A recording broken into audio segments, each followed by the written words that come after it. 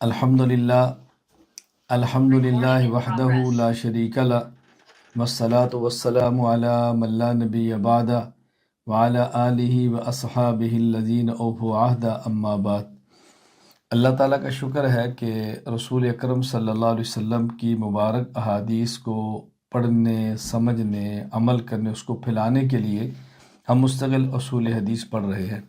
آج ہمارا سبق ہوگا اصول حدیث کی فصل نمبر 3۔ دیکھیں، منتہا کے اعتبار سے حدیث مبارک کی تقسیم دیکھیں، یعنی جہاں پہ سند جا کر ختم ہوتی ہے اس کو کہتے ہیں منتہا، اور متن شروع ہو، حدیث کی سند ختم ہوگی اور متن شروع ہو جائے گا، تو یہ منتہا کے اعتبار سے حدیث کی تقسیم سمجھیں۔ نمبر 1 حدیث قدسی، نمبر 2 حدیث مرفوع، نمبر 3 حدیث موقوف، نمبر 4 حدیث مقطوع۔ تو یہ منتہا کے اعتبار سے 4 قسمیں ہیں۔ حدیث قدسی کسے کہتے ہیں؟ سلطان المحدثین ملا علی قاری رحمہ اللہ تعالی، وفات 1014 ہجری، الاحادیث القدسیہ الاربعینیہ، اس میں فرماتے ہیں هو الحدیث الذي يسنده النبی صلی اللہ علیہ وسلم الی اللہ فیرویہ النبی صلی اللہ علیہ وسلم علی انہ کلام اللہ، جس کی نسبت نبی کریم صلی اللہ علیہ وسلم اللہ کی طرف فرمائے اور اس حدیث کو یہ کہہ کر ذکر فرمائے کہ یہ اللہ کا کلام ہے، یعنی رسول اکرم صلی اللہ علیہ وسلم فرمائے کہ اللہ تعالیٰ نے فرمایا، اللہ تعالیٰ نے فرمایا، یہ حدیث قدسی ہے۔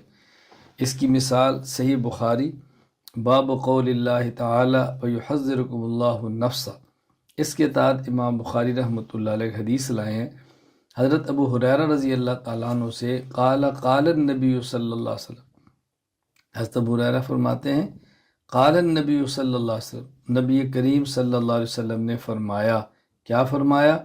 یقول اللہ تعالی، یعنی حضور خود فرما رہے ہیں کہ اللہ تعالیٰ نے فرمایا، یقول اللہ تعالی، اللہ تعالیٰ نے فرمایا، انا عند ظن عبدی بی وانا معه اذا ذکرنی فإن ذکرنی فی نفسه ذکرته فی نفسی وإن ذکرنی فی ملأ ذکرته فی ملأ خیر منہم وإن تقرب الی بشبر تقربت الیہ ذراعا وإن تقرب الی ذراعا تقربت الیہ باعا وإن اتانی یمشی اتیتہ ہرولۃ۔ اللہ اکبر۔ اللہ تعالیٰ فرماتے ہیں کہ میں اپنے بندے کے ساتھ اپنے بندے کے گمان کے مطابق معاملہ کرتا ہوں، اور میں بندے کے ساتھ ہوتا ہوں جب میرا بندہ مجھے یاد کرتا ہے۔ جب کوئی بندہ خلوت میں یاد کرے، جب وہاں کوئی نہ ہو، تو میں اس طرح یاد کرتا ہوں کہ میرے ساتھ کوئی نہ ہو، اور جب بندہ ذکر کرتا ہے کسی مجلس میں بیٹھ کر، تو میں ایسی مجلس میں اس کا تذکرہ کرتا ہوں کہ جو مجلس ان انسانوں کی مجلس سے اعلیٰ ہوتی ہے، یعنی ملائکہ اور فرشتوں میں۔ اور جب یہ بندہ میری طرف آتا ہے الیہ بشبرن، ایک بالشت، تو میں اس کی طرف جاتا ہوں ایک ہاتھ، ایک ہاتھ کا معنی انگلی کے پوروں سے لے کر یہ کونی تک، اس طرح۔ اور اگر کوئی بندہ میری طرف آتا ہے ایک ہاتھ، تو میں اس کی طرف جاتا ہوں ایک باع۔ باع کا معنی کیا ہوتا ہے؟ اصل میں تو ہوتا ہے جب ایسے دونوں بازو پھیلا دیں تو دونوں کے درمیان جو مکمل فاصلہ ہے نا، اسے کہیں گے باع۔ وَإِنْ أَتَانِي يَمْشِي أَتَيْتُهُ هَرْوَلَةً، اگر بندہ میری طرف چل کر آتا ہے تو میں بندے کی طرف دوڑ کر آتا ہوں۔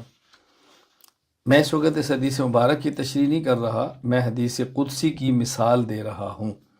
یہ ذہن نشین فرما لیں کہ جو اس قسم کی احادیث مبارکہ ہیں، انہیں کہتے ہیں متشابہات میں سے ہیں، یعنی ہم ان کا معنی بیان کر لیتے ہیں، باقی اس کا مفہوم کیا ہے ہم اس کو اللہ تعالیٰ کے سپرد کر دیتے ہیں، یا اللہ کے رسول صلی اللہ علیہ وسلم کے سپرد کر دیتے ہیں، کہ ہم ان احادیث کا حقیقی مطلب نہیں سمجھ سکتے۔ بس خلاصہ صرف اتنا ہے کہ بندہ اللہ کی طرف آنے میں دیر کرتا ہے، اللہ کی طرف سے قبولیت میں دیر نہیں ہوتی۔ بندہ جتنی رفتار سے توبہ کرتا ہے، اس رفتار سے زیادہ تیز رفتار سے اللہ کی طرف سے توجہ ہوتی ہے، اللہ کی رحمت آتی ہے، اللہ اس کو قبول فرماتے ہیں۔ باقی اس قسم کے کلمات اور امثلہ بندے کو سمجھانے کے لیے بندی کی ذہنی سطح کے مطابق ارشاد فرمائی جاتی ہیں۔ حدیث قدسی اور قرآن کریم میں فرق ظاہر ہے، حدیث قدسی میں بھی رسول اللہ صلی اللہ علیہ وسلم فرماتے ہیں اللہ تعالیٰ نے فرمایا، اور جو قرآن کریم میں وہ بھی اللہ کا کلام ہے، تو دونوں میں فرق کیا ہے؟ ایک ہے کلام اللہ قرآن کریم کتاب اللہ، اور ایک ہے حدیث قدسی جس میں حضور فرمائے اللہ کا کلام ہے۔ دونوں میں کیا فرق ہے؟ پہلا فرق یہ ہے قرآن کریم میں مراد اور قرآن کریم کے الفاظ دونوں اللہ کی طرف سے، یعنی قرآن کریم بھی پیغام خداوندی ہے، لیکن اس میں پیغام مراد اور الفاظ دونوں اللہ کی طرف سے، جبکہ حدیث قدسی میں پیغام تو اللہ کی طرف سے ہوتا ہے لیکن الفاظ رسول اللہ صلی اللہ علیہ وسلم کے اپنے ہوتے ہیں، اپنے لفظوں میں اللہ کا پیغام سمجھاتے ہیں۔ فرق نمبر 2، قرآن کریم قطعی الثبوت ہے، یعنی قرآن کریم تواتر سے ثابت ہے، یہ قطعی الثبوت ہے، سند کی ضرورت نہیں ہے۔ اور جہاں تک تعلق ہے حدیث قدسی کا جو فیصلہ ہوگا وہ صحت اور عدم صحت کا فیصلہ اصول حدیث کی روشنی میں کریں گے، یعنی ہر حدیث قدسی قطعی ثبوت نہیں ہے۔ تواتر سے ثابت ہے تو قطعی ثبوت کہیں گے، تواتر سے ثابت نہیں ہے تو ظنی ثبوت کہیں گے۔ نمبر 3، قرآن کریم کو نماز میں بطور قراءت، بطور تلاوت پڑھا جاتا ہے، جبکہ حدیث قدسی اللہ کا کلام ہونے کے باوجود نماز میں بطور تلاوت نہیں پڑھی جاتی۔ نمبر 4، قرآن کریم کو بغیر طہارت کے چھونا جائز ہی نہیں ہے۔ آدمی حالت جنابت میں ہو یا کوئی عورت ماہواری کی حالت میں ہو، بچے کی ولادت کے بعد نفاس کی حالت میں ہو، یا کسی شخص کا وضو نہ ہو، کسی حالت میں بھی قرآن کریم کو ہاتھ لگانا جائز نہیں، جبکہ حدیث قدسی کو بغیر طہارت کے ہاتھ لگانا جائز ہے لیکن ادب کے خلاف ہے، بہتر نہیں ہے، احتیاط کرنی چاہیے۔ یہاں بات اچھی طرح سمجھ لیں، قرآن کریم کو جنابت کی حالت میں چھونا اور پڑھنا دونوں ناجائز ہے۔ آدمی جنابت کی حالت میں ہو، عورت ماہواری کی حالت میں ہو، عورت نفاس کی حالت میں ہو، ان حالتوں میں چھونا اور پڑھنا دونوں ناجائز ہے۔ لیکن اگر جنابت نہ ہو، صرف وضو نہیں ہے، بغیر وضو کے ہے، تو ایسی حالت میں آدمی کو قرآن کریم چھونا تو جائز نہیں، اور قرآن کریم کو چھونا تو جائز نہیں ہے، البتہ اس کی تلاوت کرنا جائز ہے۔ نمبر 5، قرآن کریم کا منکر دائرہ اسلام سے خارج ہے، اور حدیث قدسی اگر اس کا ثبوت تواتر سے ہو تو اس کا منکر بھی دائرہ اسلام سے خارج ہے، لیکن اگر حدیث قدسی کا ثبوت تواتر کے ساتھ نہ ہو تو اس کا منکر وہ دائرہ اسلام سے خارج نہیں ہے۔ ایک اور بات سمجھنے کہ حدیث قدسی اور حدیث مرفوع میں ایک اور ذرا فرق سمجھ لیں اچھی طرح۔ حدیث قدسی منسوب اللہ ہوتی ہے، پہلے ہم نے بتایا حدیث قدسی اور قرآن کریم میں فرق کیا ہے، اب سمجھیں کہ حدیث قدسی اور حدیث مرفوع میں فرق کیا ہے، یعنی حدیث قدسی اور حدیث مرفوع میں فرق کیا ہے۔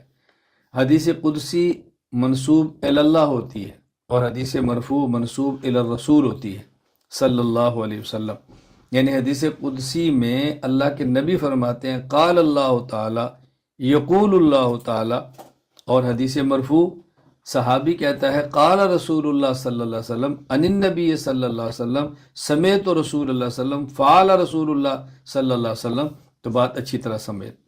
دوسرا فرق، حدیث قدسی میں حضور اکرم صلی اللہ علیہ وسلم فرماتے ہیں کہ اللہ تعالیٰ نے فرمایا، جبکہ حدیث مرفوع میں صحابی کہتا ہے کہ رسول اللہ صلی اللہ علیہ وسلم نے فرمایا۔ یعنی حدیث قدسی میں ہوگا حضور فرمائیں گے اللہ نے فرمایا، اور حدیث مرفوع میں صحابی کہے گا کہ اللہ کے رسول صلی اللہ علیہ وسلم نے فرمایا۔ تیسری بات یہاں بطور فائدہ کی سمجھ لیں کہ حدیث قدسی اور حدیث مرفوع میں نسبت کیا ہے۔ دو چیزوں میں نسبت ہوتی ہے نا، یہ نسبت تساوی کی ہے، یہ نسبت عموم خصوص مطلق کی ہے، یہ نسبت عموم خصوص میں وجہن کی ہے، یہ نسبت تباین کی ہے، دونوں میں نسبت کون سی ہے؟ حدیث قدسی اور حدیث مرفوع میں نسبت یہ عموم خصوص مطلق کی نسبت ہے۔ کیا مطلب؟ حدیث مرفوع عام مطلق ہے اور حدیث قدسی خاص مطلق ہے، یعنی ہر حدیث قدسی حدیث مرفوع ہوگی، لیکن ہر حدیث مرفوع کا حدیث قدسی ہونا ضروری نہیں۔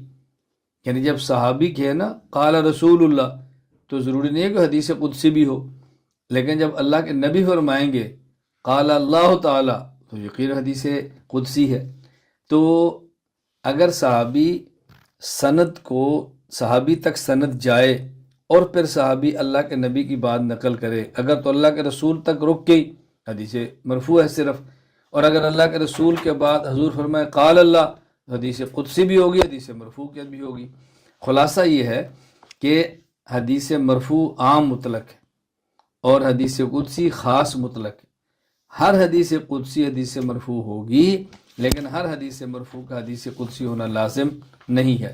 اس کی مثال سمجھیں، صحیح بخاری حدیث نمبر 5352، حضرت ابو ہریرہ رضی اللہ تعالیٰ عنہ فرماتے ہیں ان رسول اللہ صلی اللہ علیہ وسلم قال قال اللہ انفق یا ابن آدم، اللہ کے نبی صلی اللہ علیہ وسلم فرماتے ہیں، کیا اللہ نے فرمایا انفق یا ابن آدم، اے ابن آدم خرچ کیا کرو، انفق علیک تجھ پر بھی خرچ کیا جائے گا۔ یہ دیکھو حدیث قدسی بھی ہے، حدیث مرفوع بھی ہے۔ حدیث مرفوع کیوں ہے؟ کہ صحابی اس کو اللہ کے نبی کا نام لے کر بیان فرما رہا ہے کہ اللہ کے نبی نے فرمایا، اور حدیث قدسی کیوں ہے؟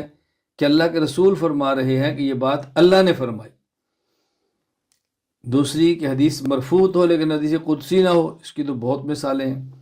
الموجز الاوسط للطبرانی حدیث نمبر 8796، حضرت عبادہ بن صامت رضی اللہ عنہ فرماتے ہیں رسول اللہ صلی اللہ علیہ وسلم نے فرمایا ان افضل الایمان ان تعلم ان اللہ معک حیث ما کنت، سب سے افضل ایمان یہ ہے کہ بندہ اس بات کا یقین رکھے کہ بندہ جہاں بھی ہو اللہ تعالیٰ بندے کے ساتھ ہوتے ہیں۔ یہ سب سے افضل ایمان ہے کہ بندہ یقین رکھے کہ بندہ جہاں بھی ہے اللہ تعالیٰ اس بندے کے ساتھ ہیں۔ اللہ اکبر۔ یہ عنوان نہیں ہے، مستقل اس پر ہم بات کریں گے تخصص فی العقائد کسی سبق کے اندر انشاءاللہ، کہ اللہ تعالیٰ کی معیت ذاتیہ بھی ہے، اللہ تعالیٰ کی معیت وصفیہ بھی ہے، معیت علمیہ بھی ہے، معیت قدرت بھی ہے اور معیت ذاتیہ بھی ہے۔ پہلے میں نے کہا تھا کہ حدیث قدسی، اب سمجھیں حدیث مرفوع کی تعریف۔ محدث عصر علامہ ظفر احمد عثمانی رحمہ اللہ وفات 1394 ہجری، قواعد فی علوم الحدیث میں فرماتے ہیں ما اضیف الی النبی صلی اللہ علیہ وسلم خاصتا من قول او فعل او تقریر، حدیث مرفوع وہ ہے جو رسول اکرم صلی اللہ علیہ وسلم کی طرف منسوب ہو، چاہے وہ آپ کا ارشاد ہو قول، چاہے وہ آپ کا مبارک فعل ہو، چاہے وہ آپ کی مبارک تقریر ہو۔ یہاں تقریر کا معنی یہ نہیں جس طرح ہم بولتے ہیں، وہاں تقریر کا معنی کیا آگے آ رہا ہے کہ اللہ کے نبی صلی اللہ علیہ وسلم کسی بات کو سنے، کسی کام کو سنے اور خاموشی رکھے، اس کو تقریر کہتے ہیں۔ حدیث مرفوع کی دو قسمیں ہیں، ایک ہے مرفوع حقیقی اور ایک ہے مرفوع حکمی۔ مرفوع حقیقی کسے کہتے ہیں؟ المرفوع الحقیقی هو حدیث یضاف فیہ قول او فعل او تقریر او وصف الی النبی صلی اللہ علیہ وسلم تصریحا۔ حدیث مرفوع حقیقی کیا ہے؟ کہ صراحتاً نسبت ہو کہ اللہ کے رسول نے فرمایا، اللہ کے رسول نے کیا، یہ صراحتاً یا رسول صلی اللہ علیہ وسلم نے تائید فرمائی ہو یا خاموشی فرمائی۔ حدیث مرفوع حقیقی کی 4 صورتیں ہیں۔ نمبر 1 مرفوع قولی، یعنی اللہ کے نبی صلی اللہ علیہ وسلم نے صراحتاً فرمایا ہو۔ مرفوع فعلی، آپ کا فعل صراحتاً ذکر ہو۔ مرفوع تقریری، کہ صراحتاً آپ سے تائید ہو۔ اور مرفوع وصفی، کہ کسی وصف کی نبی پاک صلی اللہ علیہ وسلم کا وہاں پہ ذکر ہو۔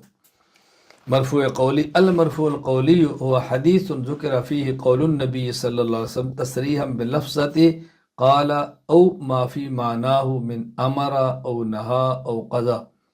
مرفوع قولی وہ حدیث ہے کہ جس میں رسول اکرم صلی اللہ علیہ وسلم کے کسی اس ارشاد کا صراحتاً تذکرہ ہو، خواہ وہ لفظ قالا ہو، لفظ امرا ہو، لفظ نہا ہو، لفظ قضا ہو، لیکن صراحتاً آپ کا ارشاد ہو کہ آپ نے یہ فرمایا ہے۔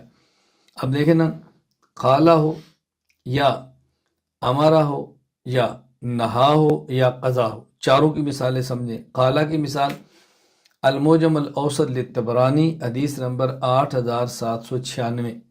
عبادہ بن صامت رضی اللہ عنہ فرماتے ہیں رسول اللہ صلی اللہ علیہ وسلم نے فرمایا ان افضل الایمان ان تعلم ان اللہ معک حیث ما کنت، بہترین اور سب سے افضل ایمان یہ ہے کہ تمہارا یہ عقیدہ ہونا چاہیے کہ اللہ تعالیٰ تمہارے ساتھ ہے تم جہاں بھی ہو۔ لفظ امرہ کے مثال اتحاف الخیرت المہرہ للبوسیری حدیث نمبر 5518۔ حضرت نافع فرماتے ہیں عطس رجل الی جنب ابن عمر رضی اللہ عنہما، ایک شخص نے حضرت عبداللہ بن عمر رضی اللہ تعالی عنہما کے پاس کہ ایک شخص کو چھینک ماری اور اس نے کہا الحمدللہ والسلام علی رسول اللہ، چھینک ماری اور یہ کہا الحمدللہ والسلام علی رسول اللہ۔ فقال ابن عمر، حضرت عبداللہ بن عمر فرمان لگے وَأَنَا أَقُولُ الْحَمْدُ لِلَّهِ وَالسَّلَامُ عَلَىٰ رَسُولِ اللَّهِ صلی اللہ علیہ وسلم، دیکھیں الحمدللہ میں بھی کہتا ہوں، وَالسَّلَامُ عَلَىٰ رَسُولِ اللَّهِ بھی کہتا ہوں، لیکن چھینک کے موقع پر نہیں کہتا۔ ویسے میں الحمدللہ بھی کہتا ہوں، الصلاۃ والسلام علی رسول اللہ بھی کہتا ہوں، لیکن جب چھینک آئے تو پھر نہیں کہتا وَلَٰكِن لَيْسَ هَكَذَا أَمَرَنَا رسول اللہ صلی اللہ علیہ وسلم، ہمیں چھینک کے بغیر یہ بات کہنے کا حکم نہیں ہے۔ ان نقول، اللہ کے نبی نے فرمایا وَلَٰكِن لَيْسَ هَكَذَا أَمَرَنَا رسول اللہ صلی اللہ علیہ وسلم ان نقول اذا عطسنا، دیکھیں اللہ کے نبی نے ایسا نہیں فرمایا، نبی پاک نے کیا فرمایا اذا عطسنا امرنا ان نقول الحمدللہ علی کل حال۔ تو یہاں دیکھیں صراحتاً تذکرہ آ گیا نا کہ اللہ کے نبی نے امرنا ہمیں حکم دیا۔ تو کسی نافع کیا فرماتے ہیں ایک شخص نے چھینک ماری اور کہا الحمدللہ والسلام علی رسول اللہ۔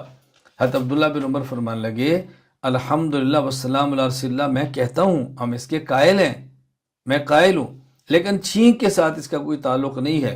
بوقت چھینک اللہ کے نبی نے ہمیں حکم دیا ہے ہمارا ہم یہ کہیں الحمدللہ علی کل حال۔ مرفوع لفظ نہا کی مثال شرح معانی الآثار باب اکل لحوم الحمر الاہلیہ۔ حضرت علی رضی اللہ عنہ فرماتے ہیں نہا رسول اللہ صلی اللہ علیہ وسلم عن اکل لحوم الحمر الانسیہ و متعۃ النساء یوم خیبر، کہ حضرت رسول اللہ صلی اللہ علیہ وسلم نے غزوہ خیبر کے موقع پر پالتو گدھے کا گوشت کھانے اور عورتوں سے نکاح متع کرنے سے منع فرمایا ہے، نکاح متع کرنے سے منع فرما دیا۔ یہاں نہا کا لفظ صراحتاً موجود ہے۔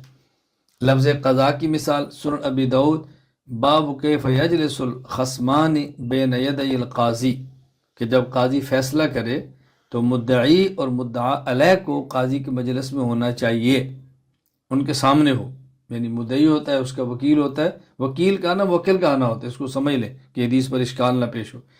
حضرت عبداللہ بن زبیر رضی اللہ تعالیٰ عنہ فرماتے ہیں قضا رسول اللہ صلی اللہ علیہ وسلم ان الخصمین یقعدان بین یدی الحکم، کہ اللہ کے نبی نے یہ فیصلہ فرمایا کہ فریقین قاضی کے سامنے موجود ہوں، قاضی کے سامنے بیٹھے۔ مرفوع فعلی کی مثال المرفوع الفعلی هو حدیث ذکر فیہ فعل النبی صلی اللہ علیہ وسلم تصریحا، مرفوع فعلی وہ حدیث ہے کہ جس میں نبی پاک صلی اللہ علیہ وسلم کے مبارک فعل کا صراحتاً تذکرہ موجود ہو۔ یہ تاریخ جرجان للسہمی میں حدیث موجود ہے۔ حضرت جابر رضی اللہ تعالیٰ عنہ فرماتے ہیں خرج النبی صلی اللہ علیہ وسلم ذات لیلۃ فی رمضان فصلی الناس 24 رکعۃ واوتر بثلاثۃ، نبی کریم صلی اللہ علیہ وسلم رمضان مبارک کی ایک رات باہر تشریف لائے اور آپ نے لوگوں کو 24 رکعات اور 3 رکعت وتر پڑھائے۔ 24 رکعت کا معنی کیا ہے کہ آپ نے 4 رکعت فرض پڑھائے اور 20 رکعت تراویح پڑھائی اور 3 وتر پڑھائے۔ مرفوع تقریری المرفوع تقریری هو حدیث ذکر فیہ تقریر النبی صلی اللہ علیہ وسلم بأن فعل صحابی فعلا عند حضرته صلی اللہ علیہ وسلم او ذکر عنده فعل احد منهم رضی اللہ عنہم فاقرہ النبی صلی اللہ علیہ وسلم تصریحا او سکت عنہ من غیر نکیر۔ کسی صحابی نے حضور اکرم صلی اللہ علیہ وسلم کے سامنے کوئی کام کیا ہو یا کسی کام کے بارے میں رسول اللہ علیہ وسلم کو بتایا گیا ہو اور آپ صلی اللہ علیہ وسلم نے اس کی صراحتاً تائید فرمائی ہو یا آپ نے خاموشی اختیار کی ہو، یہ مرفوع تقریری ہے۔ نبی پاک صلی اللہ علیہ وسلم کے سامنے کام ہو اور آپ نے صراحتاً تائید فرمائی ہو۔ سنن ابی داؤد بابن فی قیام شہر رمضان، حضرت ابو ہریرہ رضی اللہ تعالیٰ عنہ فرماتے ہیں خرج رسول اللہ صلی اللہ علیہ وسلم فَإِذَا أُنَاسٌ فِي رَمَضَانَ يُصَلُّونَ فِي ناحیۃ المسجد فقال ما هؤلاء، رسول اکرم صلی اللہ علیہ وسلم باہر تشریف لائے اور کچھ لوگ رمضان میں مسجد کے کونے میں نماز تراویح پڑھ رہے تھے۔ آپ نے پوچھا یہ کیا ہے، یہ کیا کر رہے ہیں؟ فقیل، آپ کے سامنے عرض کیا گیا ہؤلاء ناس لیس معہم قرآن، یہ وہ لوگ ہیں کہ جو قرآن کریم صحیح طرح نہیں پڑھ سکتے یا قرآن کریم ان کو نہیں آتا، مکمل قرآن ان کو یاد نہیں ہے۔ وَأُبَيُّ بْنُ كَعْبٍ يُصَلِّي وَهُمْ يُصَلُّونَ بِصَلَاتِهِ، ابی بن کعب تراویح پڑھتے ہیں اور یہ لوگ ان کے پیچھے پڑھتے ہیں۔ ابی بن کعب ان کو تراویح کی جماعت کراتے ہیں۔ فقال النبی صلی اللہ علیہ وسلم اصابوا ونعم ما صنعوا، آپ نے فرمایا کہ بالکل درست کیا ہے اور یہ جو کر رہے ہیں بالکل ٹھیک ہے۔ تو رسول اکرم صلی اللہ علیہ وسلم نے صراحتاً آپ نے تائید فرمائی۔ نبی کریم صلی اللہ علیہ وسلم کو کسی کام کی اطلاع دی گئی ہو اور پھر آپ نے اس کی صراحتاً تائید فرمائی ہو کہ یہ ٹھیک کام ہوا ہے۔ ایک ہے آپ نے خود مشاہدہ فرمایا اور ایک آپ نے مشاہدہ نہیں فرمایا، آپ کو خبر دی گئی اور آپ نے تائید فرمائی۔ عون ابن ابی جحیفہ اپنے والد ابو جحیفہ سے نقل کرتے ہیں، کہتے ہیں آخن نبی صلی اللہ علیہ وسلم بین سلمان و ابی الدرداء فزار سلمان ابا الدرداء فرآ ام الدرداء متبذلۃ فقال لها، حضرت رسول اللہ صلی اللہ علیہ وسلم جب مکہ مکرمہ سے مدینہ تشریف لائے تو آپ نے مؤاخات فرمایا تھا، بھائی چارہ، تو آپ نے حضرت سلمان اور ابو الدرداء کے درمیان بھائی چارہ کر دیا کہ تم دونوں آپس میں بھائی بھائی ہو۔ حضرت سلمان ابو الدرداء رضی اللہ عنہ کے پاس آئے اور آپ نے ام الدرداء کو دیکھا کہ حضرت ام الدرداء رضی اللہ تعالی عنہ کی پراگندہ حالت تھی، یعنی کپڑے اچھے نہیں ہوں گے یا محسوس ایسے ہو جیسے کوئی پریشان ہے یا اس کے اوپر غربت کے آثار ہیں، مسکنت کے آثار ہیں، اس قسم کی چیز دیکھی تو آپ نے فرمایا ما شانک، میری بہن یہ کیا ہے؟ تو حضرت نے عرض کیا اخوک ابو الدرداء لیس له حاجۃ فی الدنیا، آپ کے جو بھائی ہیں ابو الدرداء ان کو دنیاوی معاملات میں حاجت نہیں، ظاہر ہے جب ان کو بیوی سے دلچسپی ہی نہیں ہے تو میں پھر بیوی نے شوہر ہی کے لیے اچھے کپڑے پہنے، میں کس کے لیے پہنوں؟ فجاء ابو الدرداء فصنع له طعاما، حضرت ابو الدرداء تشریف لائے تو کھانا پیش کیا، فرمایا کل، آپ کھانا کھائیں۔ اللہ اکبر۔ حضرت سلمان چکے گئے تھے نا تو ابو الدرداء کھانا پکا کے لائے، حضرت سلمان سے کہا کہ آپ کھانا کھائیں۔ حضرت سلمان فرمانے لگے ما انا بآکل حتی تاکل، میں کھانا تب کھاؤں گا جب آپ بھی کھائیں، میزبان تھے۔ قال فاکل، نہ فرمایا فانی صائم، میں تو روزے دار ہوں، تو انہوں نے فرمایا کہ ما انا بقائم حتی تاکل، فرمایا میں تب کھاؤں گا جب آپ کھائیں۔ خیر انہیں کھانا کھا لیا، نفل روزہ تھا، میزبان خوشی کے لیے توڑ دیا۔ فلما کان اللیل ذهب ابو الدرداء یقوم، جب رات کا آخری حصہ ہوا تو ابو الدرداء اٹھ کے تہجد پڑھنے لگے۔ حضرت سلمان نے فرمایا نم، سو جاؤ، فناما، وہ سو گئے۔ ثم ذهب یقوم، پھر تھوڑی دیر بعد اٹھ گئے چونکہ ان کا ذوق تھا عبادات کا، وہ فقال نم، فرمایا نہیں تم سو جاؤ۔ فلما کان من آخر اللیل، جب رات کا آخری پہر ہوا حضرت سلمان نے فرمایا قم الآن، اب اٹھو، فصلیا، پھر دونوں نے تہجد پڑھے۔ یعنی ایک معاملہ تو کھانے کا ہوا اور ایک معاملہ رات کا، کہ جب رات شروع ہوئی فلما کان اللیل ذهب، رات میں نے پہلے غلطی سے کہہ دیا آخری رات، جب رات شروع ہوئی تو وہ نے قیام شروع کر دیا، تو حضرت نے فرمایا کہ نہیں آپ ابھی قیام نہ کریں، ابھی سو جائیں۔ کچھ دیر بعد ابو الدرداء پھر کھڑے ہو گئے تو نے فرمایا ابھی آرام کریں، ابھی بھی آرام کریں۔ جب رات کا آخری حصہ آیا، یعنی رات کو اب 3 حصوں میں تقسیم کر لیں، آخری پہر آیا تو آپ نے فرمایا کہ اب پڑھو۔ اب دونوں نے خیر تہجد پڑھے۔ اب حضرت سلمان رضی اللہ تعالیٰ عنہ نے حضرت ابو الدرداء سے فرمایا ان لربک علیک حقا، تمہارے اوپر تمہارے خدا کا بھی حق ہے، ولنفسک علیک حقا، تمہاری ذات کا بھی حق ہے، ولأہلک علیک حقا، تمہاری اہلیہ اور بیوی کا بھی حق ہے، فآت کل ذی حق حقا، آپ ہر حقدار کو اس کا حق دو۔ کیا مطلب؟ آپ عبادت کرو، اللہ کا حق ہے، آپ کچھ آرام کرو، آپ کا حق ہے، آپ بیوی کے پاس جاؤ، اس کا حق ہے، ہر کسی کو حق دو۔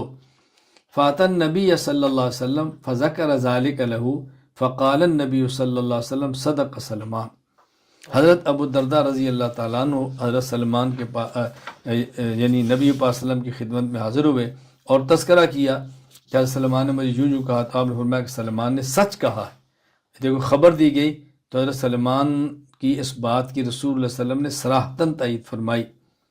یا میں صرف اشارے کے طور پہ بات کہتا ہوں، طویل بات نہیں، وہ یہ کہ ہمارے یہاں عموماً ایک غلط فہمی یہ پیدا ہو گئی ہے کہ عالم استاد موجود ہوگا، اپنا شیخ اور مربی موجود ہوگا، اور ہم اصلاحی تعلق قائم کرنے کے باوجود اپنی ذاتی زندگی یا اپنے گھر کے معاملات اپنے شیخ کے سامنے ذکر نہیں کریں گے۔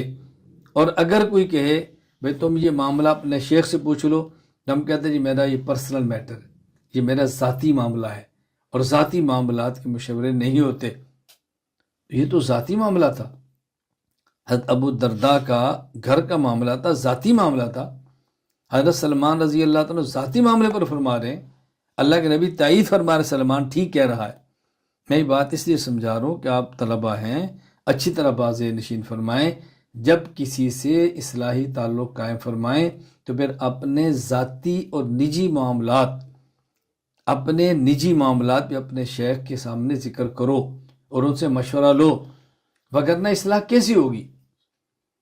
شیخ کو بتائیں گے، وہ حل فرمائیں گے تو اصلاح ہوگی نا، وگرنہ کیسی ہوگی؟ بہت سارے لوگ ایسے ہیں کہ خامند اور بیوی کے درمیان، بہن اور بھائی کے درمیان، بھائی اور بھائی کے درمیان معاملات بگڑ جاتے ہیں، کھچڑی پکتی رہتی ہے، گھر ٹوٹنے پر آ جاتے ہیں، اور اگر کہا جائے بھی آپ اپنے شیخ سے پوچھو تو کہتے ہیں میرا ذاتی معاملہ ہے۔ بھئی شیخ سے تو تعلق قائم ہی اس وجہ سے کیا تھا کہ اپنے معاملات کو درست کریں۔ کام کی خبر ملنے پر خاموشی کی مثال، یعنی نبی پاک صلی اللہ علیہ وسلم کو کسی کام کی اطلاع دی گئی اور آپ نے خاموشی سے تائید فرما دی۔ صحیح بخاری حدیث نمبر 946، عبداللہ بن عمر رضی اللہ تعالیٰ عنہ فرماتے ہیں رسول اللہ صلی اللہ علیہ وسلم نے ہمیں غزوہ احزاب کے موقع پر، جب غزوہ احزاب جب فارغ ہوئے تو آپ نے فرمایا لا یصلین احد العصر الا فی بنی قریظہ، کہ تم سب عصر کی نماز بنو قریظہ کے محلے میں جا کے پڑھو، یہودیت جن کے خلاف جہاد کا اعلان تھا۔ فادرک بعضهم العصر فی الطریق فقال بعضهم لا نصلی حتی ناتیہ وقال بعضهم بل نصلی لم یرد منا ذالک۔ اب یہ حضرات چل پڑے اور راستے میں وقت ایسا ہو گیا کہ اگر عصر کی نماز نہیں پڑھتے تو عصر قضا ہو جائے گی، اور اگر پڑھتے ہیں تو پھر کیا ہوگا؟ اب نماز کا وقت جانے لگا، بعض صحابہ فرمانے لگے کہ ہم عصر کی نماز نہیں پڑھیں گے اگرچہ قضا ہو جائے۔ کیوں؟ رسول اللہ صلی اللہ علیہ وسلم فرمایا کہ تم نے عصر کی نماز بنو قریظہ کے محلے میں پڑھنی ہے، تو ہم وہیں جا کر پڑھیں گے، قضا ہو جائے۔ دوسرے بعض نے فرمایا کہ نہیں، اللہ کے نبی صلی اللہ علیہ وسلم کی مراد یہ تھی کہ اتنا جلدی چلو کہ عصر تک پہنچ جاؤ، یہ نہیں تھی قضا ہو جائے پھر بھی جاؤ، لہٰذا ہم عصر کی نماز پڑھ لیتے ہیں۔ تو اختلاف کیا ہوا؟ حدیث کو سمجھنے میں۔ دلیل دونوں کی حدیث تھی، ایک حدیث کے الفاظ سے استدلال کر رہا تھا اور دوسرا حدیث کے مفہوم سے استدلال کر رہا تھا، تو حدیث سمجھنے میں غلطی ہو۔ تو بعض صحابہ کرام نے پڑھ لی اور بعضوں نے نہیں پڑھی، بلکہ قضا کر کے بنو قریظہ کے محلے میں جا کر پڑھی۔ جب رسول اکرم صلی اللہ علیہ وسلم کو اس کی اطلاع دی گئی تو فرماتے ہیں فلم یعنف واحدا منہم، آپ نے کسی ایک کی بھی تردید نہیں فرمائی۔ یعنی کیا مطلب؟ کہ آپ نے خاموشی تائید فرما دی کہ دونوں ٹھیک۔ یہ ہمارا موضوع نہیں ہے، تقلید کے عنوان پر تفصیل سے بات ہوگی۔ ایسا ہوتا ہے کہ مجتہدین اختلاف کرتے ہیں اور ایک ہی حدیث کی بنیاد پہ اختلاف کرتے ہیں، اور لیکن دونوں کے موقع پر درست کیسے، کسی ایک کو بھی باطل نہیں کہتے۔ مرفوع وصفی، المرفوع الوصفی هو حدیث ذکر فی وصف النبی صلی اللہ علیہ وسلم تصریحا وہ حدیث مبارک جس میں صراحتاً نبی اکرم صلی اللہ علیہ وسلم کے کسی وصف کا بیان ہو۔ حدیث مثال صحیح بخاری باب التخفیف فی الوضو، وضو کبھی کبھی مختصر بھی کرنے کی گنجائش موجود ہے، ہلکا وضو کرنے کا اس کی بھی گنجائش ہے، کبھی اس کی بھی گنجائش ہے۔ اس پر دلیل کیا ہے؟ امام بخاری باب قائم کرتے ہیں، حدیث لاتے ہیں، عبداللہ بن عباس رضی اللہ عنہ فرماتے ہیں قال بت عند خالتی میمونۃ رضی اللہ تعالیٰ عنہ لیلۃ،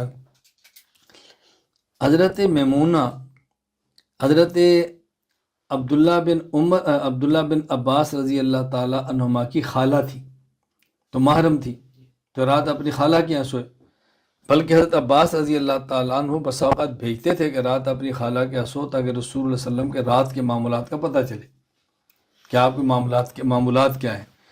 تو حضرت عبداللہ بن عباس نے ان کے یہاں آرام فرمایا، کہتے ہیں فقام النبی صلی اللہ علیہ وسلم من اللیل، اللہ کے نبی رات کو اٹھے، فلما كان في بعض الليل قام النبي فتوضا من شن معلق وضوءا خفيفا يخففه عمرو ويقلله، کہتے ہیں یہ جو آپ نے وضو فرمایا تھا نا، یعنی آپ نے گھر میں مشکیزہ لٹکا ہوا تو اسے آپ نے مختصر سا وضو فرمایا، طویل وضو نہیں فرمایا۔ طویل کا معنی ہے 3 بار دھونا، اہتمام کے ساتھ دھونا، اور مختصر سے ہم جلدی جلدی وضو کر لیتے ہیں۔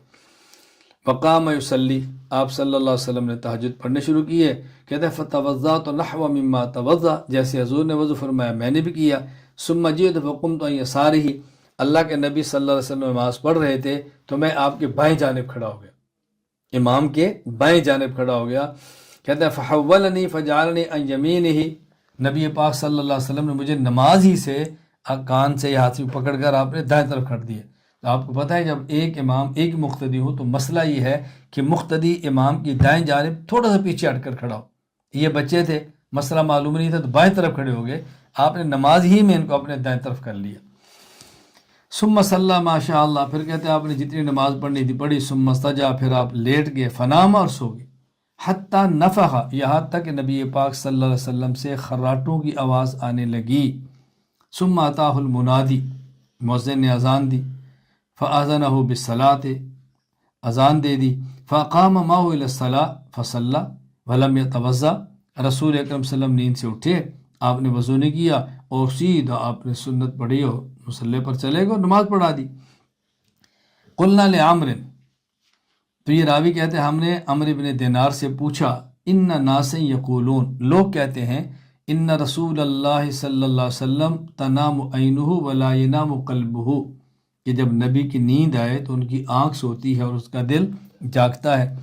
قال عمر بن دینار فرمانے لگے، سمعت عبید بن عمیر، میں نے عبید بن عمیر سے سنا، وہ فرما رہے تھے، رؤیا الانبیاء وحی، انبیاء کی خواب یہ وحی ہوتی ہے، ثم قرأ انی ارا فی المنام انی اذبحک، یہ دلیل پڑھی جو حضرت ابراہیم علیہ السلام نے خواب دیکھی تھی اور اپنے بیٹے اسماعیل سے فرمایا تھا کہ میں نے خواب میں دیکھا تو ذبح کر رہا ہوں، تو آپ نے خواب پر عمل کیا اور ذبح کرنا شروع کیا، لیکن وہ ذبح نہیں ہوئے۔ خواب یہ نہیں دیکھا ذبح کر دیا ہے، خواب دیکھی میں ذبح کر رہا ہوں، یہ خواب تھی نا، اس پر نے عمل کر لیا ہے۔ اب اس کا خلاصہ کیا ہے؟ اس میں رسول اکرم صلی اللہ علیہ وسلم کے ایک وصف کا تذکرہ کیا کہ جب حضور سو جاتے تو آپ کی آنکھ سوتی تھی اور آپ کا دل جاگتا تھا، یہ تھے۔ وہ کہتے ہیں عمر بن دینار پہ ہم نے پوچھا تو انہوں نے بطور دلیل پیش کر دیا کہ اللہ کے نبی کی خواب جو ہے وہی ہوتی ہے، مقصد کیا ہے کہ وہی آتی ہے دل کے اوپر، وہی آتی ہے کان پر نہیں، وہی آتی ہے انہ نزل علی قلبک، یہ وہی نبی کے کان پر نہیں، نبی کے دل پر آتی ہے۔ جب نبی جاگتے ہوں دل تب بھی جاگتا ہے، جب سو جائیں دل تب بھی جاگتا ہے، جب سو جائیں دل تب بھی جاگتا ہے۔ تو یہ دلیل دے رہے ہیں کہ پیغمبر کی وحی، پیغمبر کی خواب یہ وحی ہے اور وحی آتی ہے دل پر، تو اگر سو جانے سے نبی کا دل بھی سو جاتا تو خواب وحی نہ بنتی۔ خواب نبی کی نیند کی حالت میں دل کا جاگنا اس بات کی علامت ہے کہ رسول اکرم صلی اللہ علیہ وسلم سو بھی جائیں تو آپ کی نیند امتی کی طرح نہیں ہے، لہٰذا آپ کا وضو نہیں ٹوٹتا۔ امتی کی آنکھ بھی سو جاتی ہے، دل بھی سو جاتا ہے، نوم کامل ہو جاتی ہے، پیغمبر کی نیند اس طرح نہیں ہوتی۔ مرفوع حکمی، المرفوع الحکمی هو حدیث لم یضف الی النبی صلی اللہ علیہ وسلم تصریحا، کہتے ہیں مرفوع حکمی وہ ہے کہ جو صراحتاً رسول اکرم صلی اللہ علیہ وسلم کی طرف منسوب نہ ہو، معلوم تو ہو یہ اللہ کے نبی صلی اللہ علیہ وسلم کی طرف سے ہے لیکن صراحت نہ ہو اس میں۔ اس کی 5 صورتیں ہیں۔ نمبر 1، صحابی کہے امرنا بقضا، ہمیں حکم دیا گیا تھا۔ اب ظاہر حکم تو اللہ کے نبی نے دیا ہے نا، یہ صراحت نہیں ہے کہ امرنا رسول اللہ۔ اگر کہتے ہیں نا امرنا رسول اللہ تو صراحت ہوتی، امرنا رسول اللہ نہیں، امرنا ہمیں حکم دیا گیا تھا، اس کے مرفوع حکمی ہے۔ یا صحابی کے نہینا ان قضا، ہمیں فلاں چیز سے منع کر دیا گیا تھا۔ صحابی کے کننا نفل و قضا، ہم حضور صلی اللہ علیہ وسلم کی موجودگی میں یوں کرتے تھے۔ یا صحابی کسی چیز کے بارے میں کہ من السنت قضا، اس کا مطلب کہ اللہ کے نبی نے فرمایا کی ہے۔ نمبر 5، صحابی قرآن کسی آیت کی تفسیر کرے یا آیت کا شان نزول بیان کرے، یہ بھی مرفوع حکمی ہے۔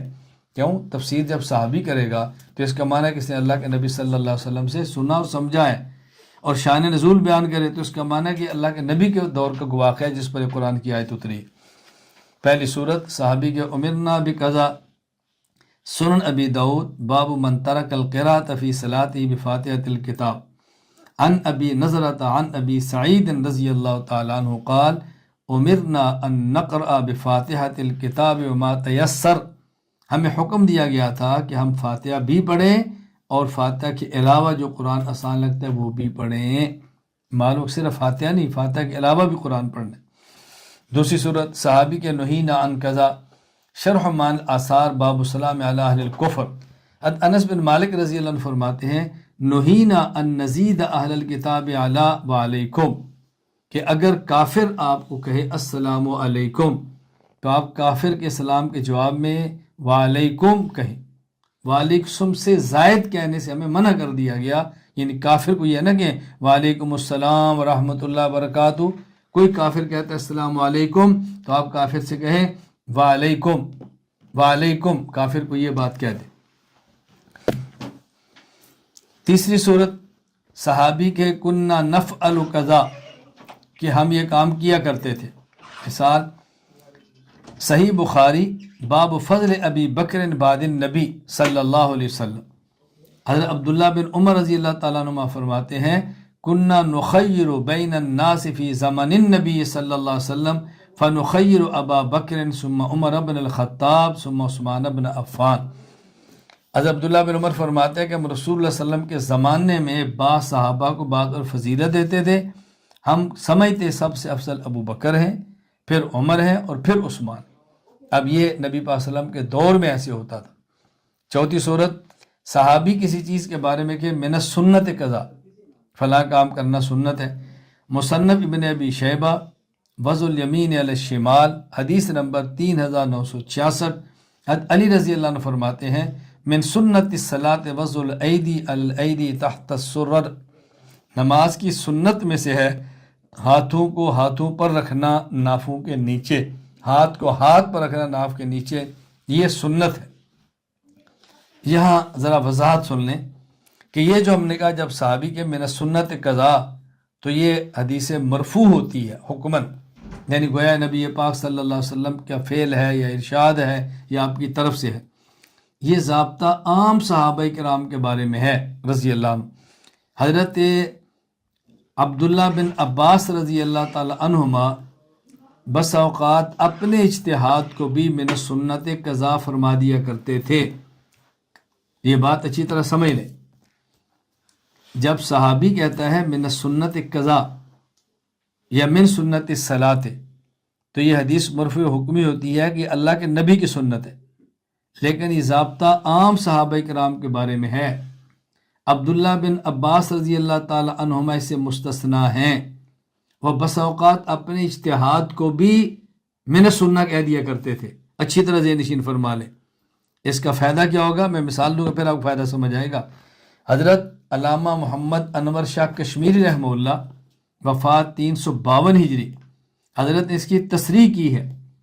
مولانا محمد یوسف بنوری رحمہ اللہ، وفات 1397 ہجری، انہوں نے معارف السنن، شرح سنن الترمذی، کتاب الصلاۃ باب فی الرخصۃ فی الالقاء، اس کے اندر حدیث ضابطہ نقل کیا ہے۔ قال الشیخ، یعنی شیخ کشمیری فرماتے فإن ابن عباس رضی اللہ عنہما ربما یقول باجتہادہ ورائہ ثم يعبر عنہ بالسنہ. عبداللہ بن عباس بس اوقات اپنے اجتہاد اور اپنی رائے کو سنت فرما دیتے تھے. اس کا فائدہ کیا ہوگا؟ اتنی بڑی غلط فہمی آج کے دور میں پھیلائی جا رہی ہے، یا غلط فہمی پھیل گئی ہے. وہ کیا کہ ہم یہ بات کہتے ہیں کہ نماز جنازہ میں فاتحہ نہیں پڑھنی چاہیے. جو لوگ کہتے ہیں پڑھنی چاہیے، وہ بطور دلیل کے صحیح بخاری باب قراءت فاتحۃ الکتاب علی الجنازہ یہ پیش کرتے ہیں کہ عبداللہ بن عباس رضی اللہ تعالی عنہما نے پڑھی. طلحہ بن عبید اللہ بن عوف کہتے ہیں صلیت خلف ابن عباس رضی اللہ عنہما علی جنازۃ، ہم نے عبداللہ بن عباس کے پیچھے نماز جنازہ پڑھی. فقرأ بفاتحۃ الکتاب، آپ نے سورۃ الفاتحہ پڑھی. قال لیعلموا انہا سنت، اور فرمایا میں نے اس لیے پڑھی ہے تاکہ لوگوں کو پتہ چلے کہ یہ سنت ہے. تو لوگ کہتے ہیں ضابطہ ہے جب صحابی کہے نا سننا، اس وقت سنت رسول ہوتی ہے. ہم کہتے ہیں عبداللہ بن عباس سے مستثنا ہے. اب عبداللہ بن عباس کا اجتہاد تھا کہ جس طرح نماز جنازہ میں اور دعائیں پڑھی جا سکتی ہیں، سورۃ الفاتحہ کو بھی بطور دعا پڑھا جا سکتا ہے. یہ ان کا اجتہاد تھا، اس کو سنت رسول نہیں کہہ سکتے. یہ بات اچھی طرح ذہن نشین فرما لیں.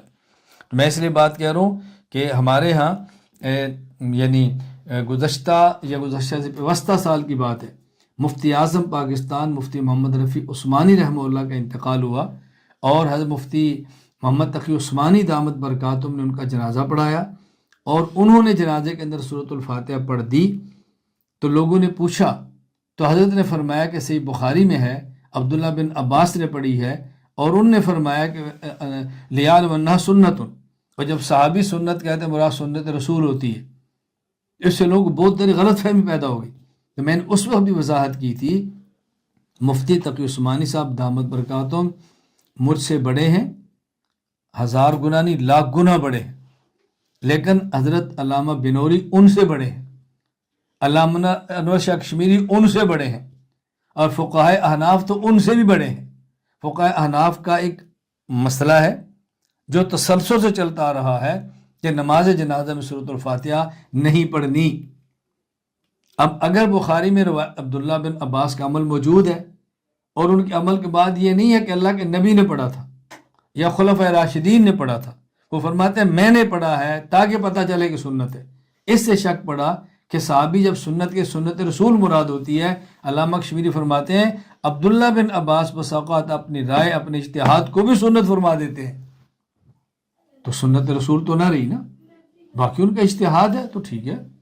اگر کوئی شخص بطور قرات نہیں پڑھتا، بطور دعا پڑھتا ہے، یہ بات الگ ہے. لیکن موجودہ دور کے غیر مقلدین اس کو بطور دعا نہیں بطور قرات پڑھتے ہیں. تو طلباء سے میں گزارش کروں گا اس بات کو سمجھنے کی کوشش فرمائیں. ان دنوں جب میں نے وضاحت کی تو مجھے بعض حضرات نے کہا کہ دیکھیں آپ چھوٹے ہیں، شیخ الاسلام بہت بڑے ہیں. میں نے کہا میں کب کہتا ہوں میں بڑا ہوں؟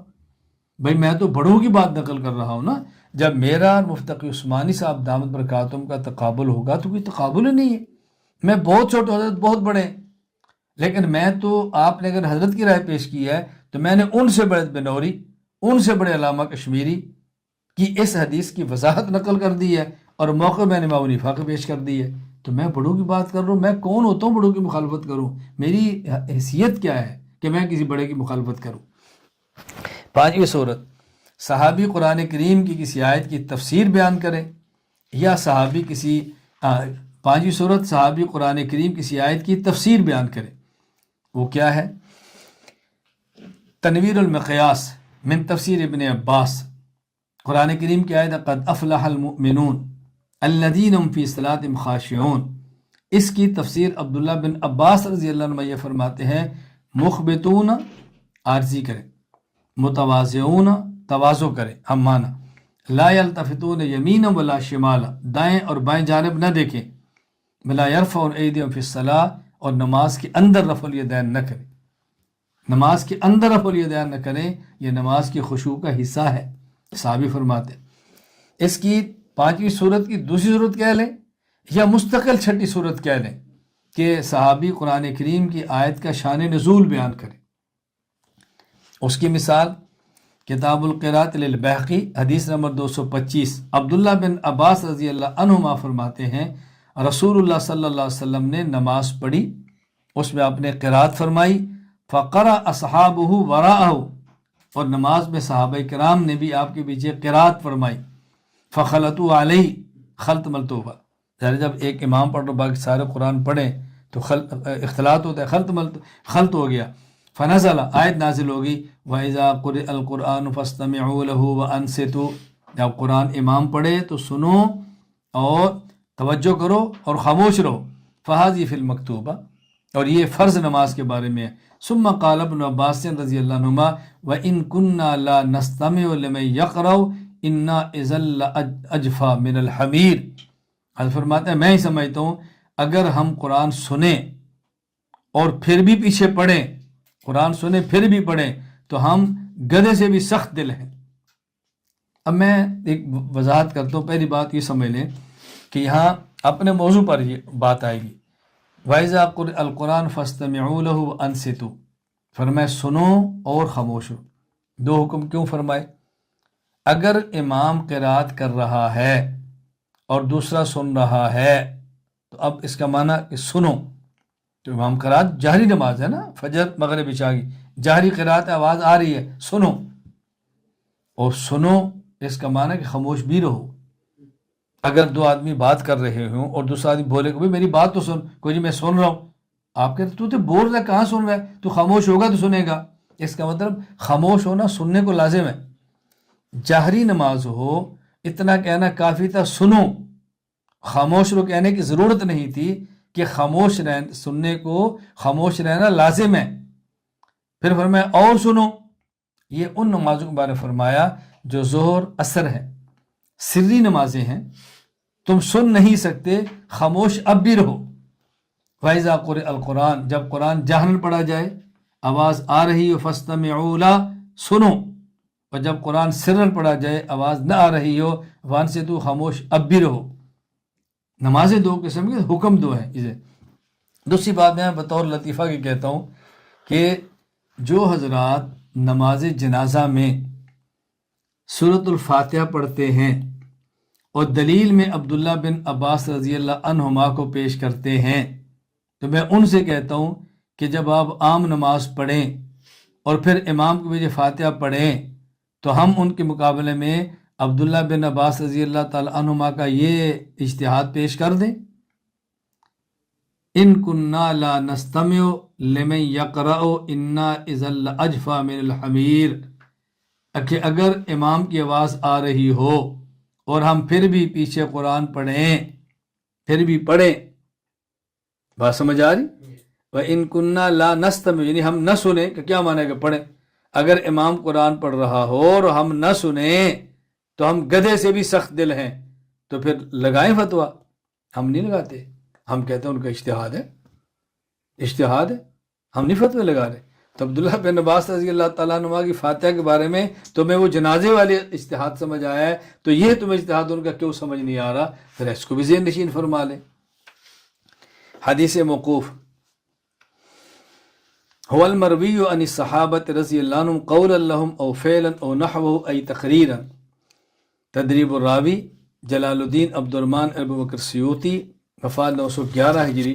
حدیث موقوف میں صحابی کے قول، فعل یا تقریر کا ذکر ہو۔ حدیث موقوف کی 3 قسمیں ہیں، موقوف قولی، موقوف فعلی، موقوف تقریری۔ موقوف قولی کسے کہیں گے؟ الموقوف القولی هذا حدیث ذکر فیہ قول الصحابی تصریحا بلفظۃ قال او ما فی معناہ من امر او نہا او قضا۔ موقوف قولی وہ ہے کہ وہ حدیث جس میں صحابی کے قول کا صراحتاً تذکرہ ہو، خواہ لفظ قالا ہو، لفظ امرا ہو، لفظ نہا ہو، لفظ قضا ہو۔ لفظ قالا کی مثال صحیح بخاری باب قول النبی صلی اللہ علیہ وسلم لو کنت متخذا خلیلا، حضرت عائشہ رضی اللہ تعالیٰ عنہ فرماتی ہیں جو رسول اکرم صلی اللہ علیہ وسلم کی زوجہ مطہرہ ہیں، ان رسول اللہ صلی اللہ علیہ وسلم ماتا و ابو بکر بالصنح، مدینہ میں کچھ اونچی آبادی ان عوالی کہتے ہیں، ان عوالی مدینہ میں سے ایک آبادی ہے، اس کے ایک محلے کا نام ہے سنح، فرماتی ہیں رسول اللہ صلی اللہ علیہ وسلم کے جب انتقال ہوا، حضرت ابو بکر سنحن مقام سنح اپنے بچوں کے پاس تھے، فجاء ابو بکر فکشف عن رسول اللہ صلی اللہ علیہ وسلم فقبلہ، ابو بکر صدیق آئے، رسول اکرم صلی اللہ علیہ وسلم کے چہرے مبارک سے چادر کو ہٹایا، فقبلہ، آپ کا بوسہ لیا۔ جب صدیق اکبر نے اسلام قبول کیا تھا تو رسول اللہ صلی اللہ علیہ وسلم کے چہرے پیشانی کا بوسہ لیا، اور جب آخری بار رخصت کیا تو تب بھی آپ نے بوسہ لیا۔ یعنی حالت ایمان میں پہلے دیدار بھی بوسہ ہے، اور حالت ایمان کا آخری دیدار بھی بوسے کے ساتھ۔ صدیق اکبر رضی اللہ تعالیٰ کی خصوصیت ہے۔ بے ابی انت اب امی، اللہ کے نبی میرے ماں باپ آپ پر قربان ہوں، آپ زندہ ہیں تب بھی، آپ دنیا چلے گئے ہیں تب بھی۔ والذی نفسی بیدہ لا یذیقک اللہ الموتتین ابدا، قسم اس ذات کی جس کے قبضے قدرت میں میری جان ہے، اللہ آپ کو دو موتیں کبھی بھی نہیں چکھائیں گے۔ کیا مطلب؟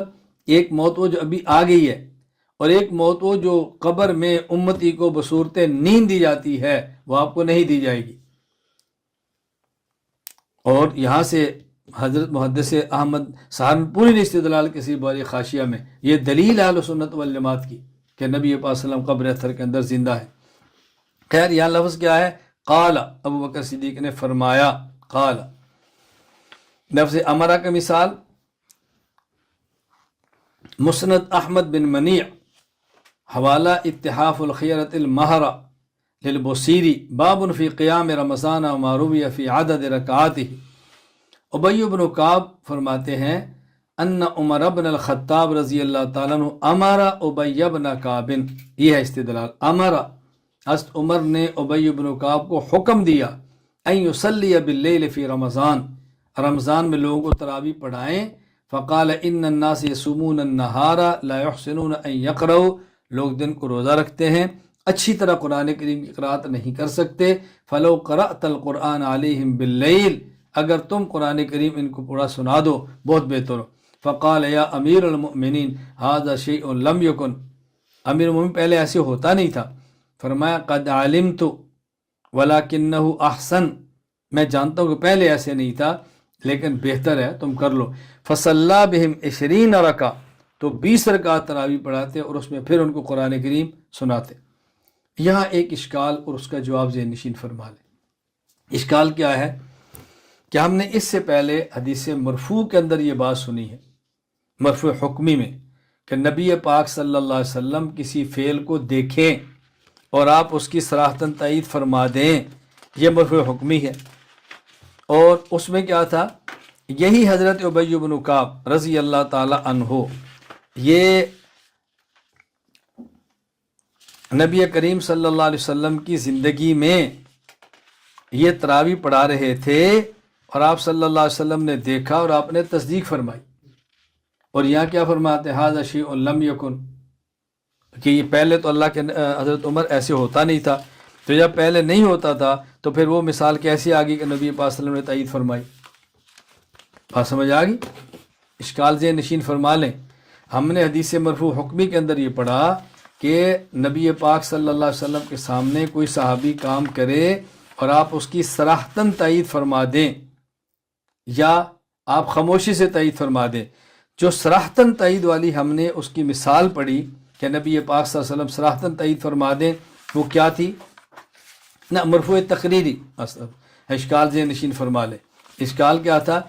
ہم نے پیچھا پڑھا مرفوع تقریری میں کہ رسول اکرم صلی اللہ علیہ وسلم کے سامنے کوئی صحابی فعل کرے اور آپ اس کی صراحتاً تائید فرمائیں، یا آپ کی خدمت میں کوئی فعل ذکر کیا جائے اور آپ صراحتاً تائید فرمائیں یا خاموشی سے تائید فرمائیں، یہ مرفوع تقریری ہوگی۔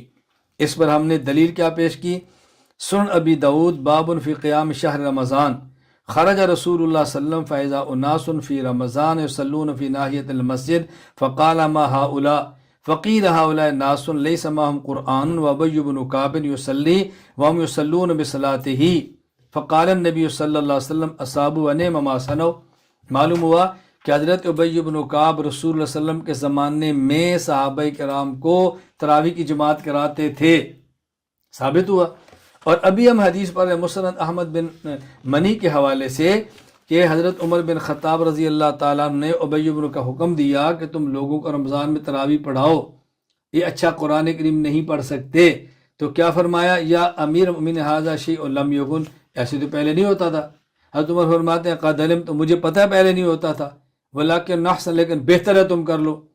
ہم ادھر سنن ابی داؤد کے حوالے سے بتا رہے ہیں کہ پہلے ہوتا تھا، ابھی مسند احمد بن حنبل کے حوالے سے کہ پہلے نہیں ہوتا تھا، بظاہر دونوں میں تعارض ہے۔ جواب ذہن نشین فرما لیں، وہ جو پہلے سنن ابی داؤد کی حدیث ہے نا کہ پہلے ایسے سنن ابی داؤد، وہ اس کا مفہوم یہ ہے کہ باقاعدہ سارے مقتدی ایک امام کے پیچھے پڑھیں، پہلے ایسے نہیں ہوتا تھا۔ وہاں صراحتاً یصلون فی ناحیۃ المسجد، یعنی عشاء کی نماز ہو گئی، ابی بن کعب رضی اللہ تعالیٰ عنہ کے پیچھے چند لوگ کھڑے ہوتے اور مسجد کے کونے میں تراویح کی جماعت کراتے۔ اور عمر کیا فرما رہے ہیں، اب کونے میں نہیں، تم مصلی امامت پہ کھڑے ہو اور ساری مسجد کے سارے نمازی تمہارے پیچھے تراویح پڑھیں۔ کہا ھذا شیء لم یکن، ایسے نہیں ہوتا تھا۔ تو نبی پاک صلی اللہ علیہ وسلم کے دور میں تھا ایک کونے میں، حضرت عمر نے فرمایا کونے میں نہیں، تم سامنے آؤ اور سارے لوگ تمہارے پیچھے پڑھیں، یہ مقصد تھا۔ تو یہ غلط فہمی ہے کہ پہلے نہیں ہوتا تھا، تو سنن ابی داؤد کی روایت کا مطلب کیا ہوگا، اللہ میں بات سمجھنے کی توفیق عطا فرمائے۔ تو یہاں امرا، اس حکم دیا، لفظ نہا کی مثال حضرت مصنف عبد الرزاق حدیث باب القراءۃ خلف الامام، حدیث نمبر 2813، موسیٰ بن عقبہ فرماتے ہیں رضی اللہ عنہ، ان رسول اللہ صلی اللہ علیہ وسلم وابو بکر و عمر و عثمان کانوا ینہون عن القراءۃ خلف الامام، حضرت رسول اللہ صلی اللہ علیہ وسلم، ابو بکر، عمر، عثمان سب امام کے پیچھے قراءت کرنے سے منع فرماتے تھے۔ قراءت قرآن میں تو فاتحہ بھی شامل ہے، قراءت قرآن منع فرماتے تھے۔ لفظ قضاء کی مثال شرح معانی الآثار باب مواریث بالارحام، حضرت حکم بن عتیبہ فرماتے ہیں قضا علی رضی اللہ، قضا حضرت علی نے فیصلہ فرمایا فی اناس منا فی من ترک ابنتہ و مولاتہ فآتا ابنتہ النصف والمولات النصف، اگر کوئی شخص فوت ہو جائے اور ایک اس کی بیٹی ہو ورثہ میں اور ایک وہ عورت جس نے اس کو آزاد کیا تھا، تو فرماتے ہیں کہ آدھا اس کی بیٹی کو دے دو اور آدھا مال اس آزاد کرنے والی عورت کو دے دو۔ موقوف فعلی والموقوف الفعلی ہو حدیث ذکر فی فعل الصحابی تصریحا، موقوف فعلی یہ ہے کہ جس میں صراحتاً صحابی رسول کے فعل کا ذکر ہو۔ مثال مصنف ابن ابی شیبہ باب من کان یاتی قبر النبی صلی اللہ علیہ وسلم فیصلی، حضرت نافع فرماتے ہیں عبداللہ بن عمر رضی اللہ عنہ معمول تھا انہو کان اذا اراد ان یخرج دخل المسجد فصلی، جب وہ سفر کے لیے مدینہ منورہ سے جاتے تو مسجد نبی میں جاتے، وہاں آپ 2 رکعت پڑھتے، ثم آتا قبر النبی صلی اللہ علیہ وسلم، پھر حضور کی قبر پر آتے، فقال السلام علیک یا رسول اللہ، السلام علیک یا ابا بکرین، السلام علیک یا ابتا، ثم یکون وجہہ، پھر جدھر جانا ہوتا وہاں سفر شروع فرماتے، وکان اذا قدم من سفر اتی المسجد، جب سفر سے واپس آتے تو مسجد میں آتے، فعل ذالک، اسی طرح 2 رکعت نفل پڑھتے، پھر اللہ کے نبی صلی اللہ علیہ وسلم قبر پر جاتے، السلام علیک یا رسول اللہ، السلام علیک یا ابا بکرین، السلام علیک یا ابتا، یہ پڑھتے قبل ان یدخل منزلہ، گھر بعد میں جاتے تھے۔ تو یہاں لفظ کیا ہے، صحابی، صراحتاً صحابی کا فعل موجود ہے۔ موقوف تقریری، الموقوف التقریری هو حدیث ذکر فی تقریر الصحابی بان فعل صحابی آخر او تابعی فعل حضرت صحابی او ذکر عنده فعل احد من الصحابہ رضی اللہ عنہم او التابعین رحمهم اللہ تعالی فاقرہ الصحابی تصریحا او سکت عنہ من غیر نکیر، موقوف تقریری کہ جس میں صحابی کی تقریر کا ذکر ہو، یا کسی صحابی نے کوئی کام کیا ہو یا کسی تابعی نے کیا ہو صحابی کی موجودگی میں، یا صحابی کی موجودگی میں کسی اور صحابی اور تابعی کے فعل کا ذکر کیا گیا ہو اور صحابی صراحتاً اس کی تائید فرما دے یا خاموش ہو کر تائید فرما دے، انکار نہ کرے۔ مثال صحابی کے سامنے کام ہوا ہو، مصنف ابن ابی شیبہ باب ما ذکر فی فضل عمر بن الخطاب رضی اللہ تعالیٰ عنہ، حضرت عمر کے فضائل میں سے مالک دار، حضرت عمر کے وزیر خزانہ تھے، ان کے بارے میں ہے اصاب الناس قحط فی زمن عمر، حضرت عمر رضی اللہ کے دور میں قحط آ گیا. فجاء رجل الی قبر النبی صلی اللہ علیہ وسلم، ایک شخص آئے اللہ کے نبی صلی اللہ علیہ وسلم کی قبر کے پاس. فقال یا رسول اللہ استسقِ لامتک، اللہ کے نبی آپ اللہ سے پانی کی دعا مانگیں، بارش آئے، قحط ختم ہو. فإنهم قد هلكوا. فأتي الرجل في المنام، اس شخص کو رسول اللہ صلی اللہ علیہ وسلم کی خواب میں زیارت ہوئی. فقیل له ائت عمر، فرمایا عمر کے پاس جاؤ. فأقرئه السلام، ان کو میرا سلام پیش کرو. وأخبره أنهم مسقيون، اور ان کو خوشخبری دو کہ بارش برسے گی. وقل له، اور عمر کی یہ بات کو، علیک الکیسا علیک الکیسا، عمر دانائی اختیار کرو، دانائی اختیار کرو، یعنی اچھی تدابیر اختیار کرو، اچھی تدابیر. فاتا عمر رضی اللہ تعالیٰ عنہ فاخبرہ، اس صحابی آئے، آگے آئے گا وہ کون تھے، یہ آئے حضرت عمر کو خبر دی. فبکا عمر، حضرت عمر رضی اللہ تعالیٰ عنہ رونے لگ گئے. ثم قال یا رب لا آلو الا ما عجزت عنہ، اے اللہ میں نے تو کبھی کوتاہی نہیں کی، ہاں جس سے میں عاجز ہو جو الگ بات ہے، وگرنہ میں تو کبھی کوتاہی نہیں کی. مقصد یہ تھا کہ یا اللہ میں تو اپنے حد تک پورا احتیاط کرتا ہوں، شریعت پہ عمل کرتا ہوں، تو یہ اللہ کے رسول صلی اللہ علیہ وسلم فرما رہے کہ عمر دنائی اختیار کرو. البدایہ والنہایہ میں مزید وضاحت سے واقعہ موجود ہے. جن نے خواب دیکھی وہ کون تھے؟ بلال بن حارث مزنی رضی اللہ تعالیٰ. اقبل بلال بن الحارث المزنی رضی اللہ تعالیٰ فاستأذن عمر رضی اللہ فقال انا رسول اللہ الیک، میں اللہ کے نبی کا قاصد ہوں. یقول لک رسول اللہ صلی اللہ علیہ وسلم، اللہ کے نبی نے فرمایا ہے آپ کو، لقد عہدتک کیسا، اے عمر میں نے تمہیں ہمیشہ دانش مند ہی پایا ہے، تم دانش مند ہو. وما زلت علی ذالک، اور تو ہمیشہ دانش مندی اختیار کرتا ہے. فما شانک، اب کیا ہوا، اے عمر اب کیا ہوا؟ کہتے ہیں متی رأیت ھذا، تو میں نے پوچھا بلال آپ نے خواب کب دیکھی؟ کہ البارحہ، اسی شام کو دیکھی، ابھی اس رات کو. فخرج فنادى فی الصلاۃ الصلاۃ جامعۃ، تو میں نے اعلان فرمایا ابھی ہم نماز پڑھیں گے، اعلان کر دو. فصلی بہم رکعتین، آپ نے 2 رکعت ان کو پڑھائی. ثم قام، پھر آپ نے خطبہ دیا اور فرمایا ایھا الناس انشدکم اللہ هل تعلمون منی امرا غیرہ خیر منہ، میں تمہیں خدا کی قسم دے کر پوچھتا ہوں کیا کبھی ایسے ہوا ہے کہ میں نے تمہیں ایسے کام کا حکم دیا ہو کہ اس سے بہتر کوئی اور بھی ہو، یعنی میں نے کسی غلط بات کی بھی کی ہو؟ انہوں نے کہا اللہم لا، ایسا کبھی نہیں ہوا. یا تم نے فرمایا ان بلال بن الحارث یزعم زی وزی، بلال تو کہہ رہے ہیں کہ ایسے ایسے ہے، یہ انہوں نے خواب دیکھی ہے، اللہ کے نبی نے فرمایا دنائی اختیار کرو. اس سے تو معلوم ہوتا ہے میں کچھ کام وہ کرتا ہوں جو ٹھیک نہیں ہے، تو بلال کیا پیغام لائے ہیں؟ قال، ان نے کہا صدق بلال، بلال ٹھیک کہتے ہیں. فاستغث باللہ، آپ اللہ سے بارش کی دعا مانگیں. مقصد یہ تھا کہ استسقاء کی ضرورت تھی، پانی طلب کر رہے تھے، یہ کام آپ نے نہیں کیا تھا کہ سب کو جمع کر کے آپ 2 رکعت پڑھتے. تو حضرت بلال کا پیغام ٹھیک ہے کہ آپ اس پر عمل کرو، دنائی اختیار کرو، یہ اسباب اختیار، بلال ٹھیک فرماتے ہیں. اب بات سمجھ آ گئی؟ یعنی رسول اللہ صلی اللہ علیہ وسلم کے فرمانے کا مقصد یہ تھا کہ عمر اس موقع پر تمہیں کچھ کرنا چاہیے، احکام شریعت پر عمل کر رہے ہو، سب کو جمع کیا، اب ایک تدبیر اختیار کی، اللہ تعالیٰ نے بارش عطا فرما دی. تو یہاں خیر لفظ کیا ہے؟ تائید ہے، تائید، خواب کی تائید فرما دی. آپ سامنے کو کام کرے اور بندہ صحابی خاموش ہو جائے.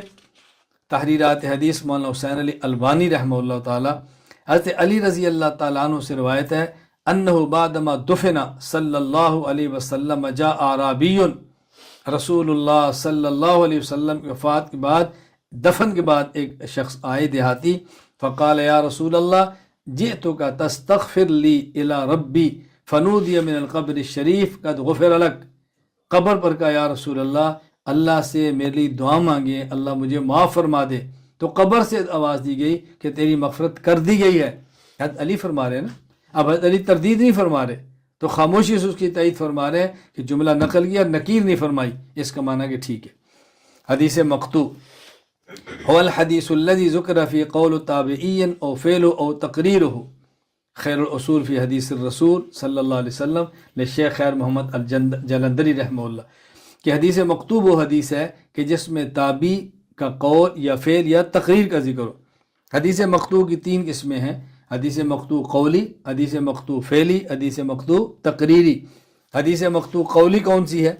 المقطوع القولی حدیث ذکر فی قول تابعی تصریحاً، کہ جس میں صراحتاً تابعی کے قول کا تذکرہ ہو۔ مثال مصنف ابن ابی شیبہ باب من قال لیس علی الجنازۃ قراءۃ، کہ جنازہ میں قرات نہیں ہوتی۔ ابو المنہال فرماتے ہیں سألت ابو العالیہ عن القراءۃ، میں نے ابو العالیہ رفیع بن مہران سے پوچھا عن القراءۃ فی الصلاۃ علی الجنازہ بفاتحۃ الکتاب، کیا نماز جنازہ میں سورۃ الفاتحہ پڑھی جائے؟ فرمایا ما کنت احسب ان فاتحۃ الکتاب تقرأ الا فی صلاۃ فیہا رکوع و سجود، میں سمجھتا ہوں فاتحہ ہمیشہ اس نماز میں پڑھی جاتی ہے جس میں رکوع ہو اور جس میں سجدہ ہو، نماز جنازہ میں نہیں۔ مقطوع فعلی، المقطوع الفعلی و حدیث ذکر فی فعل التابعی تصریحا، مقطوع فعلی وہ حدیث ہے کہ جس میں تابعی کے فعل کا صراحتاً تذکرہ ہو۔ کتاب الآثار بروایت الامام محمد، حدیث نمبر 121، مصنف ابن ابی شیبہ حدیث نمبر 3960۔ ابراہیم تابعی فرماتے ہیں، نہ ابراہیم تابعی کا فعل ہے، انه کان یضع یدہ الیمنی علی ید الیسری تحت السرہ، وہ جب نماز پڑھتے دائیں ہاتھ کو بائیں پر رکھتے اور ناف کے نیچے رکھا کرتے تھے۔ مقطوع تقریری، المقطوع تقریری و حدیث ذکر فی تقریر التابعی بان فعل عند حضرت التابعی او ذکر عنده فعل احد فاقرہ التابعی تصریحا او سکت عنہ من غیر نکیر، کہ تابعی کی موجودگی میں کسی کا فعل آئے یا کسی کی بات ہے اور یہ صراحتاً تائید کریں یا خاموش رہ کر تائید کریں، نکیر نہ فرمائیں۔ مثال مصنف ابن ابی شیبہ باب فی ثمن السنور، حضرت حسن رحمۃ اللہ علیہ سے کسی نے پوچھا حسن بصری سے فی رجل اشترى حرا، اگر کچھ بلی خریدے تو جائز ہے؟ فرمایا لا باس بشرائی، جائز ہے، کوئی حرج نہیں۔